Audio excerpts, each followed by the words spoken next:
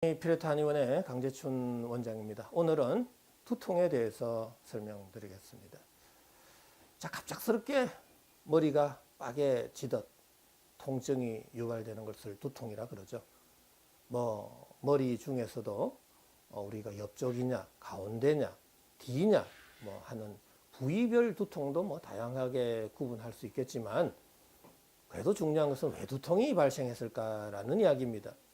그리고 두통약을 먹는 순간 금방 두통이 또 해결이 됩니다. 그러한 다 이유는 뭘까요? 라는 이야기입니다. 오늘은 이러한 궁금증에 대해서 좀 더 또 설명을 드리겠습니다. 자, 두통은 통증이죠. 통증은 염증입니다. 염증의 5대 정상 중에서 하나입니다. 자, 염증의 5대 정상은 발적, 발열, 부종, 통증, 가려움증입니다. 자, 이 5가지 중에서 단 하나의 증상만 나타나더라도 염증이라고 진단을 내릴 수가 있고 약을 쓸 수 있는 근거가 마련되는 겁니다. 자, 그러면 통증 약을 주는데 알고 보면 소염, 진통, 해열 다 가능하다라는 이야기입니다. 하나의 약으로서 소염도 되고 진통도 되고 해열도 된다 이겁니다. 자, 이러한 현상은 왜 동시다발적으로 또 나타나는지도 궁금하시죠? 오늘 이걸 좀 설명드리겠습니다. 자, 그러면 두통은 염증이죠. 염증은 바로 세포의 손상이라는 겁니다. 세포의 손상은 너무나 다양한 요인에 의해서 발생할 수 있죠. 우리가 압력, 온도, pH, 저산소증, 전기장, 자기장, 물리 화학적인 또 자극들, 전해질, 이온, 약물, 환경, 그리고 다양한 음식물들에 의해서 세포의 기능 저하나 세포의 손상을 일으키게 될 수 있다는 이야기입니다. 자, 세포가 손상을 받는 순간 세포 내 소기관인 미토콘드리아에서의 ATP 합성의 장애가 생긴다는 이야기입니다. 자, ATP는 모든 생명체의 기본적인 에너지원이죠. 에너지를 발생하는 물질입니다. ADP에서 인산이 빠져나갈 때 7.3kcal의 열 에너지가 발생하는 겁니다. 바로 그 열 에너지에 의해서 우리는 움직일 수 있고 말을 할 수 있고 여러 가지 다양한 생명 활동을 할 수 있다라는 이야기입니다. 자, 그런데 세포의 손상으로 미토콘드리아에서의 ATP의 합성의 장애가 생기는 순간 뇌를 포함한 오장육부의 온도, 바로 심부 온도가 내려갈 수밖에 없다라는 이야기입니다.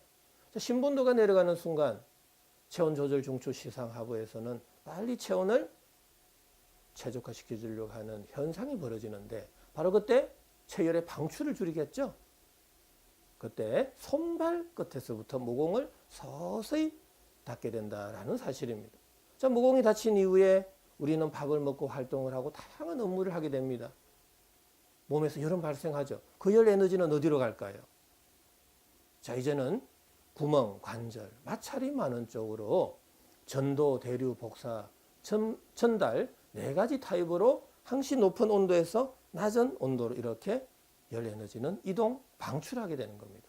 자, 그러면 구멍이 많은 눈, 코, 귀, 입 쪽으로 열이 확 쏠릴 경우 그 상체 부위, 머리 부위의 조직의 온도가 올라가게 된다라는 이야기입니다.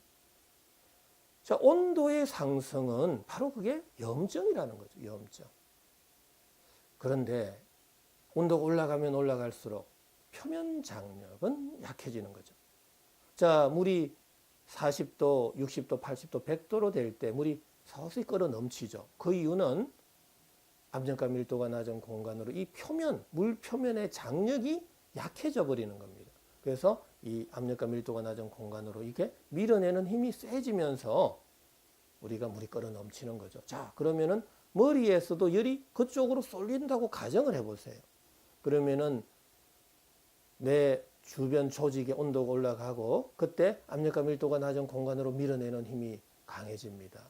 바로 그때 통증이 온다라는 이야기입니다. 더 밀어내는 힘이 강해지면은 조직에 변형이 오겠죠. 뇌종양이 온다든지 여러 가지 뇌의 종기 종양성 질환이 발생할 수 있다라는 이야기입니다. 자, 그 이전에 계속 머리에 통증이 올 수 있다라는 이야기죠. 자, 이제 왜 두통이 오는지 이해가 되세요? 자, 그런데 그럼 두통을 어떻게 치료해야 되는 거죠? 바로 저는 낮아져 있는 몸속 온도를 높여라. 높아져 있는 피부 온도는 낮추라. 닫혀져 있는 모공을 열어야 된다라는 이야기입니다.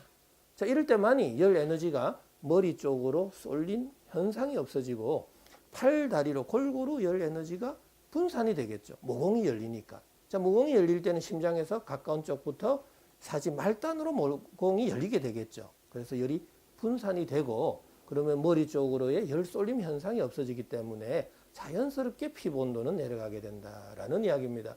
자, 피부 온도가 내려가면 표면 장력은 강해지겠죠. 끌어당기는 힘이 강해지니까 조직의 변형도 안 생기고 통증도 없어진다라는 이야기입니다. 자, 근데 여기서 주의해야 될 일이 있는데요.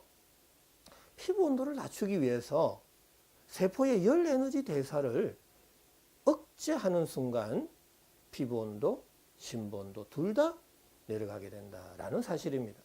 자, 심부 온도가 내려가는 순간 체온 조절 중추 시상하부에서는 또다시 손발끝에서 모공을 닫아버리죠. 자, 모공이 닫힌 이후에 또 밥을 먹고 활동을 합니다. 열은 발생합니다. 그 열 에너지는 어디로 이동할까요? 또다시 구멍이 많은데 관절, 마찰이 많은 쪽으로 열이 쏠리게 되면 또 그쪽에 통증이 올 수 있다라는 이야기입니다. 자, 두통이 치료가 안 되겠죠. 있을 때마다 약을 먹어야 되는 그러한 악순환이 시작이 될 수 있다라는 이야기입니다. 자, 두통 치료 이제 반드시 기억하셔야 됩니다. 자, 3대 치료 원칙인데요. 낮아져 있는 몸속 온도는 올려라.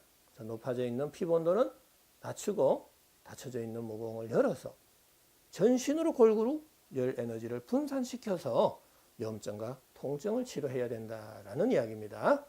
자, 오늘 강의는 여기까지입니다.